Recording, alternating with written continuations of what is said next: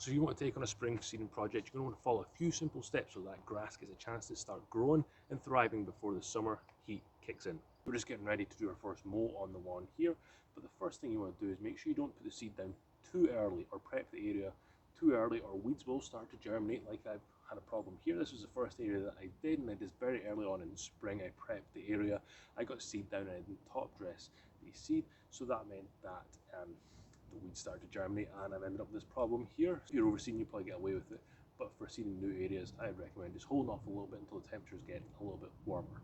So as you can see here, I've got two different heights of grass here, and this is something that I think is very critical to growing grass any time throughout the year, and it's keeping it wet. If you don't keep it wet, it's not going to grow as well. It's going to potentially slow down, and that's what I think happened over on this side here. This grass did not fill in as quickly as this stuff here, and I think this is a more shelter. It stayed wet. Every time I came out to turn the sprinklers on or water it by hand, this area here was always damp, and this area here was always dry. It is next to the drive, so as the temperature started to get a bit warmer, it probably dried out a little bit faster. So putting a top dressing on, like I said previously, that I didn't do over in that area, it helps retain that moisture and make sure that your seed does germinate.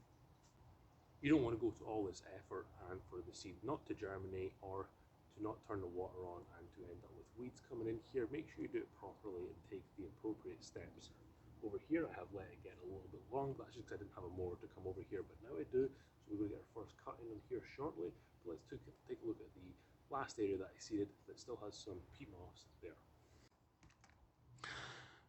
This area here was seeded about 10 days ago, and as you can see, it is filling in nicely. There are a few bare spots in here, but I may put a little bit more seed down and top dress with some more peat moss, but I think it's filling in really well. This could also be from some runoff or the tree causing some runoff into these areas here. Maybe the seed did get washed away a little bit. This area here is coming in very well. There are a few weeds here because it's really bare, so I'm going to have to put a little bit extra seed down, but it is actually coming in extremely well across the board over here. It's not ready for a mow yet. It's only about 2 inches, so give it another week or so and it will fill in, and we should be good to start mowing this. This is the grass seed that I've been using. It's Vigoro, and it is the sun and shade mix. It's tall fescue, and I've had great results with this. As you can see, the grass is filling in really well. It's filling in with about 7 to 10 days, which is what it says on the back of the bag. I've seen some reviews on this saying it's not very good, but it's a Barenberg product, private labeled for Vigoro, and I think they've got it down. It really does germinate really well, especially when the temperature's right, and if you keep the water on it. I've had no problems with this at all. Better than some other brands that I've used that you'd get at Home Depot or Lowe's. Apply a good starter fertilizer. Just really helps get the seedlings, once they start to germinate, to really start thriving.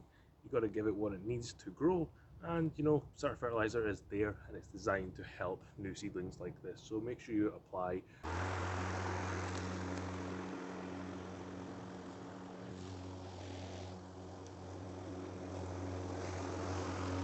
There's got his first mow. You can just see how tall it actually was right there. I did leave it a little bit too long, but that's a really nice cut there.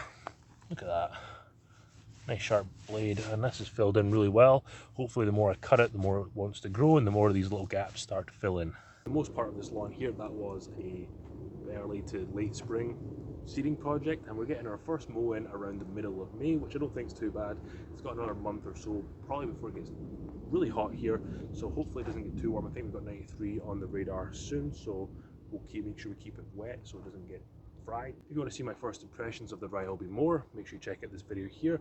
With that all being said, if you did like this video, do give it a thumbs up and consider subscribing to the channel for more content coming up.